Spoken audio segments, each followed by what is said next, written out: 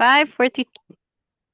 Aloha! Thank you for tuning in to episode number 29. My name is Christina Estrada, partner of Booyah Marketing, where we have deeper connections. Today, we are thrilled to welcome a musician whose sound is deeply resonant as his philosophy. Based in Hawaii, Owen Costello is a talented artist known for his signature percussive fingerstyle guitar that blends folk and jazz into truly unique sound. Owen uses his music as a tool for mental clarity and healing, drawing inspiration from artists like James Taylor and Trace Bundy. The guitar is more a means of organizing and directing energy to Owen. If they have lyrics at all, his original songs, such as Wisdom Tooth, often delve into powerful themes, like the principles of Don Miguel Ruiz, the Four Agreements. He's been described as engaging musician and has brought his heartfelt acoustic twist to venues across the country. Please help me give a warm welcome to the captivating Owen Costello. How are you, Owen? Doing well, Christina. Thank you for having me. Appreciate you. Yes, you too. So you do mostly original music, and many of your songs sound very different from one another. Could you elaborate on your songwriting process? Sure. Um, yeah, no, in the simple, sorry, I got mosquitoes in my little house over here. Um, yeah, no, I look at the guitar, I look at the neck in terms of patterns. I've described my like songwriting style, like building Legos using mismatched pieces. Or it's like you get a bunch of different complete Lego sets, like the Star Wars one and the Aquaman one and whatever, and you just put them all in a pile and you make something else out of it. And yeah, so in that process, it's kind of just like bypasses this stage that I think a lot of people find themselves at, but like they're trying to be somebody else rather than trying to refine their own sound. Hmm. Um, I guess it was yeah, it with like a physiological approach, kind of tracing patterns and seeing shapes on the neck. I'm kind of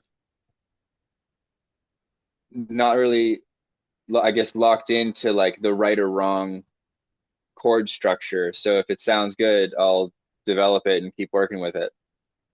Yeah. Right on. So which bands and artists were are the biggest influences and why? They've changed a lot throughout my life. When I was early, yeah, early on in my life, I was into like the blues and classic rock a lot. So it was like Eric Clapton, Stevie Ray Vaughan, Albert King. Um, And then I got into some heavier stuff, but I still like older music. So I got into like AC/DC and Guns N' Roses and like Slash and Angus Young were two of my biggest guitar heroes when I was a kid. And Hmm. then like Van Halen and all that. And had like my own metal phase and got into some EDM a little bit too. So just kind of collecting sounds of all sorts from different periods of my life, I guess. Um, and So those are kind of like like blues and metal guys were kind of my influences early on. And like Slash and Stevie Ray Vaughan were probably the biggest two. But then I got older and um, appreciated simplicity a bit more and wanted to also be able to stand alone as a performer. So I got into more acoustic playing and more songwriting. So I started like teaching myself how to like write lyrics and ideas. I've always like written poetry and whatnot. And when I was in high school and stuff, good writing assignments. So I like Um, but yeah, then it evolved into the some more complex fingerstyle guys like Trace Bundy, who I mentioned earlier, and Andy McKee. Currently taking a course from this guy Tobias Rauscher, um, and learning quite a lot of all the percussive techniques and whatnot. I'm actively learning currently from a guy by Tobias Rauscher. Um, and for songwriting too is James Taylor. Um, was a big influence probably around like mid college age. And now kind of sitting with myself, I'm like, all right, well, you've accumulated a little bit from all of these people across your whole life. So now when I sit down and write, I try to not forget about any of them and try to put them all the best of the different pieces together into something kind of coherent. That's awesome. So what message do you have for your listeners within your music? if the song has lyrics, there could be a variety of topics from like patience, like my song In My Own Time I wrote quite a while ago actually. And I was still living in Connecticut where I'm from. Uh, and yeah, it's just a call to for patience to go about your life the same way a fruit tree doesn't bear fruit out of season. Neither should you, neither should I. Um, and no amount of force or other people's expectations or will make that untrue. So like to take a breath and be able to be with yourself and like um, be okay going at your own pace, um, whatever that is, whether it's fast or slow, but it's yours, um, or mine or whoever's. Like to be able to honor that. So like that was one's about patience. I've got another one, routine and self-expression, about like our habits and how we kind of like we are what we allow ourselves to do. And when if we love our life or hate our life, or love ourselves or hate ourselves, there's a good chance that that's the result of the habits that we allow ourselves to do every day, from big ones to small ones. So it was a letter to myself because like, I'm not preachy in any of my songs. I'm not telling anybody how to live. Like a lot of the times in my uh, writing, they're letters to myself. They're things that I want to keep in mind. Um, And I figure that if it's true for me, then it'll hit somebody because we're all connected, right? So like I have a song, You Are Loved, and that's kind of the message too, that like we are connected. And like there's so yeah, like I kind of want to, at least in the show experience in general, I would love to break down these barriers between people and this between their perceived experience. I'm not trying to force everybody to be best friends.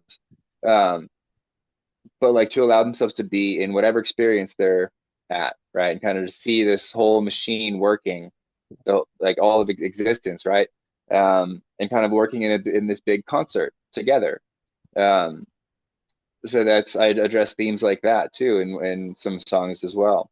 Like my song "You Are Love" that I wrote in 2014 in Sardinia. Um, and yeah, it's to be able to like carry a certain energy and state of mind within yourself amidst all of the whatever that life can throw at you or anybody. And then I have instrumental song and about another song like Life by My Design. It's about living life intentionally. Um, like no matter what happens outside, I'll not lose my mind. In the cloud of smoke, I laugh at that cosmic joke and do life by my design. Um, because you can sit back and just laugh, man. Like there's so many people who do so much crazy shit, like, and they call it progress and they call it worthwhile and they call it whatever. It's like that justify who man there's a lot of blind leading the blind. So like a lot of my songs are the result of introspection, solitude, like just kind of meditative states of mind, um, and or recognizing a state of mind that I don't necessarily want to carry all the time, like something heavy or sad or whatever. Um, and converting that experience into either like a different way to think, so like writing out a different set of actual thoughts, and the repeating that process is like to carry that message home. So um, yeah, I guess that's the bigger message for listeners, would be like the why behind me doing the music in the first place. And maybe not like it's not like there's the same theme in every song, but all together um, it's a healing lifestyle. It's an intentional practice um, to feed the soul, Yes. like, and to, you know, try to line the pockets of the massive, massive companies a little bit less. Right, right. Um, Yeah. yeah, and then like for instrumental tracks, I guess the message is more subjective. The message is your ride. You know, so there's for me, it's a grounding presence. It's sometimes it's the most direct aspects, most direct access to peace. Because sometimes we get in a lot of trouble trying to find words for things, and they fall short Mhm. or they come out wrong, and it backfires. Lots of times that happens to lots of people, like myself too. Like I'm no exception. Shit. Like so, yeah. Sometimes we can get in a lot of trouble with words, right? Um, the right words, the wrong words, too many words, not enough words. Um, so yeah, in the instrumental tracks, I think it's a felt presence, it's a felt vibration. Hmm. Um, and yeah, I guess cultivating this experience of Yes. Oh gosh, presence. Yeah, I experience. don't Yeah, I've seen you live. So I mean, it is know. quite an experience. It is. It's I mean, it's you can't even just it's beyond. I understand you're a yogi and yoga teacher by training, but your music does not sound like what it would think if you imagine meditation music. Could you share how yoga influences your music? Sure. So yeah, I'm a 500-hour yoga teacher, but I played the guitar for quite a bit longer. I got into yoga originally like for mental health and physical pain, and practiced a long time. And amidst the reading and kind of pursuing that, um, I realized that the like yoga much bigger than these classes that you may drop into or whatever that are offered once, twice a week, whatever. Um, the the power of the yogic system and kind of that trajectory can ripple out into lots of different ways. So like to get back to, I mean, to kind of go over to unravel depression, like and like alcoholism and whatnot, you kind of go, it's almost like regression therapy. You go backwards in your own head, in your own mind, in your own self, to remembering a state in your life when you weren't conditioned, when you kind of just did something naturally, you gravitated towards something naturally. Everyone has, that could be like the wisdom of the clean slate that is a child brain, right? They just want to do stuff. Whether they nurture that or waste it is a different story. That's what life is, that. But anyway, so like if you're feeling lost, I was feeling lost in my life, and so like I did this kind of backwards work, this inward seeking, this like cultivate peace and stillness and silence and just listen. Um, and it led me back towards the guitar and writing songs. I remember that was kind of like one of the earliest things that I remember being like, I want to do that. Like that's cool. I want to travel and play music. Like, um, and yeah, and as I got older, I got into once I got after college, um, I really got more deeply into the aspects of like rewiring your brain and rewiring your notion of yourself and kind of like bringing clarity to a version of an essential self that like we need to express in order to be a happy functional person. Like a giraffe wouldn't be a happy giraffe if it tried to be a snake, you know, like it just wouldn't work, you know. um yeah, like um so that inward seeking process, that was guided by yoga. And like like that is the more in-depth, some of the more in-depth use and intention of yoga, and it should bring you towards a sense of clarity. That clarity should guide you to do things. Hmm. Well, should or shouldn't, whatever. Like at least for me, that was how I interpreted it. And then so then the physical aspects of it, once it got time to actually like play the guitar, like all right, cool, I get it. Like I should write songs. Then when it came time to sit and actually make the music itself on the instrument, um, what got me like I learned some things from jazz band and like other songs I tried to learn. So I knew chords and some scale shapes and some licks and stuff. Like um but what really got them to become songs, and got like the tone better, the feel better, my rhythm got much better, was one, obviously using a metronome and just treating that like your meditative focus point. It's not an assignment, it's not homework, it's not anything other than that. It's like the anchor and to create rhythm for your breath. So when I picked up the instrument, I it Mm. was a fair it became this physiological thing, and I realized once I made the connection and shift towards realizing that like the sound that you want to make or that I want to make, uh or the painting, it's true for anything, like the painting you want to make or whatever, or draw or paint or whatever, it's the result of how your muscles interact with the medium you're working with. So like if if you have a beautiful melody in your head, but your shoulders are really tense and you're clenched up like this, you're Hmm. not going to make a beautiful sound. Like it's just not how it No. works. So like you Yeah. just need to like, so like coming at it from a different perspective, I just started to breathe, notice the tension that was in my body, notice how it was balanced. I stopped trying to hold the guitar and let the guitar rest, and then I adjusted to it. Um, I started feeling the contours of the strings underneath my fingers, um, and checking that my jaw was always relaxed. Like I'm a freediving instructor as well, and a lot of those same principles come in to how I play music. So like I have this weird combination of like being a freediving instructor, fingerstyle guitarist, and like songwriter, and underneath it all is yoga. Um, and that's kind of the aligning, the glue that holds it all together. And the fundamental aspect is just the practice of presence and alignment and truthful action, kind of like aligning with the deeper aspect of yourself, or of myself. It just happens to be I love the water and I love music. Um, and it's just yeah.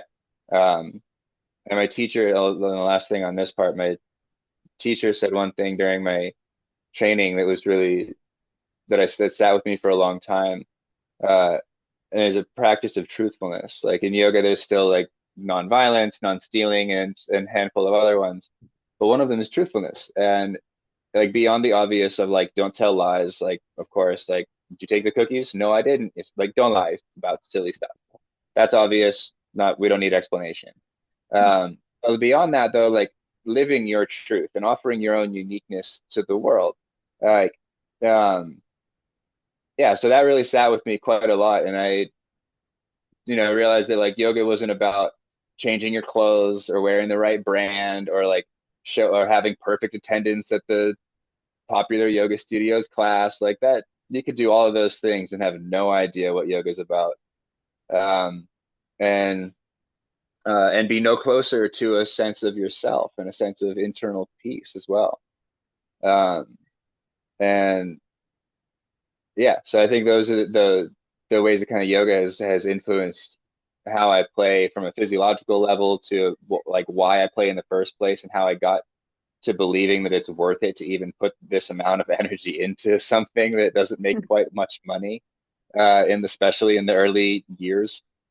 Mhm. Um, yeah, so it had to take on a different role to become better music, and the abandonment of the ego identity with like got to be a rock star. The more I let that go, the more I was with the actual instrument and the better the music got, the more things like opened up and like um yeah. So there's again this aspect of like letting go who you think you are, who you think you want to be, to actually Mm. be with this objective reality, this present moment right here, right now, which like from a different lesson you've learned, okay, cool, like in this moment, I want to play music. Like so to do that, there's like it allows for I think more open creation, um as it's like even still the practice of like non-judgment of yourself, like Yeah. non-judgment of the sound before it exists. um but if you again align your muscles in a certain way and like soften, right, and you balance and adjust to the instrument and let your muscles catch up, right, um then if it's organized around a metronome, right, we do need some parameters, right. um, Music will evolve. Music will be created. You'll start to hear things. You'll start to listen. You'll start to get information from your experience, and it can make something really unique. It's just then just wash, rinse, repeat, and develop it and keep going. Wow. That's amazing. So, do you teach this approach for aspiring guitarists and songwriters? I want to start. Yeah, I'm open. I'm Yeah.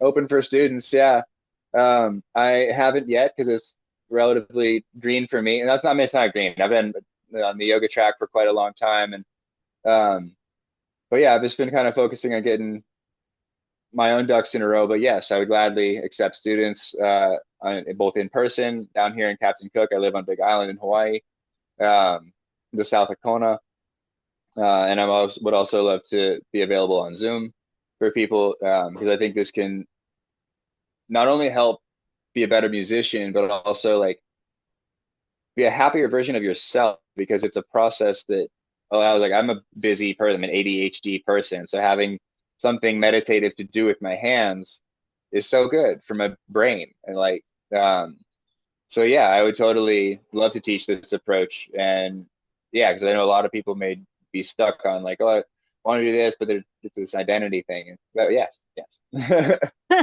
was a Okay, jumbled answer, but no, totally. This is awesome. So how do people get in touch with you? uh, links to all the places to contact me are on my website, owencostellomusic.com. There's email, phone number, YouTube, Instagram, Facebook. Uh, all those are available right on my website, owencostellomusic.com. You can also get a free download for joining the email list. And I'm working on releasing some more stuff, but contact information is right there on my website. Um, and yeah, my phone number is 860-575-1493. Email owencostellomusic@gmail.com. Uh, but all the ways to reach me, like I said, are on my website. Right on. Well, mahalo nui loa, Owen, for your time. Any parting words for you like to say to the viewers? Yeah. Some This is years ago. I was still living in Rhode Island, working on a tomato farm. Um, and I was listening into and reading a lot of like Alan Watts and Terrence McKenna and a lot of these like kind of psychedelic counterculture legends of the Mhm. 60s, 70s, and really helped the shift of consciousness and explore different ways to perceive reality. Um, and one of the things that really stuck with me from that time was uh, in a world where you're conditioned to consume, the only response is to create. Mm. Um, and I think that even if it makes no money, um, developing and practicing any art will feed your soul and bring a level of joy within yourself. Um, Maybe not always. I've definitely experienced a lot of things other than joy in the process of making music, but this emotional uh, sorting that can be done when you really give into developing an art. And that can be an attitude about whatever, and just an approach to whatever you do. It doesn't have to be a different activity than something that you already do. Um, but letting it, allowing it to, yeah, to get into the art of something, um, and not just the duty or the running around through the mundane, but in a way to, yeah, express yourself. Um, yeah. Beautiful. That's so beautiful. So, mahalo. I'll put Owen Costello's information down below in the description box. Please click the subscribe, notification, thumbs up. If you'd also like to donate to the channel, we appreciate it. Helps us build our content. My name is Christina Estrada, partner of Booyah Marketing. A hui ho. Until we meet again.